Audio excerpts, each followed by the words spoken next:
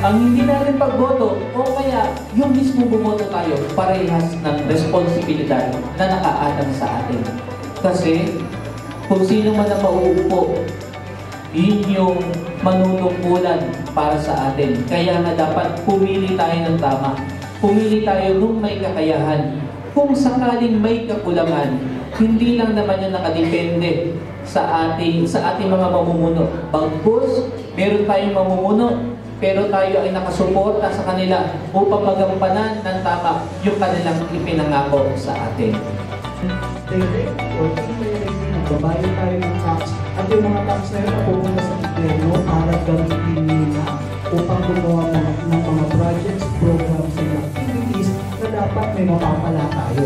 So napakalaki na pamilya ang binibigay natin sa kanya. Kaya minsan, ang nangyayari, nagmumukha ang ating government ang may power over us. Diyan papasok si Duterte. Ano yung value na kinikili natin as a person, as a community?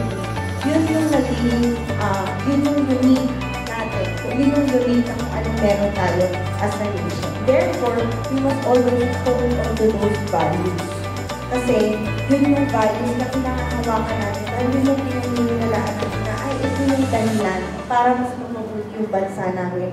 Ito yung dahilan, ito yung kailangan para yung bansa namin maging maayos.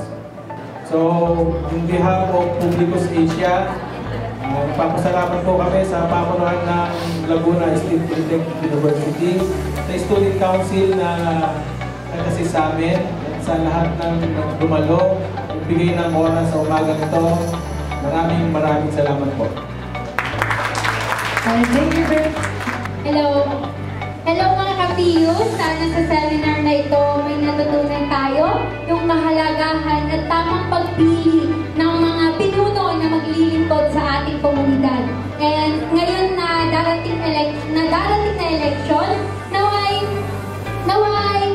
magkaisa tayo at maging handa sa pagpili ng mga kandidato na meron talagang kakayahan, integridad, at malasakit at tunay na nagmamahal sa ating komunidad. Maraming salamat.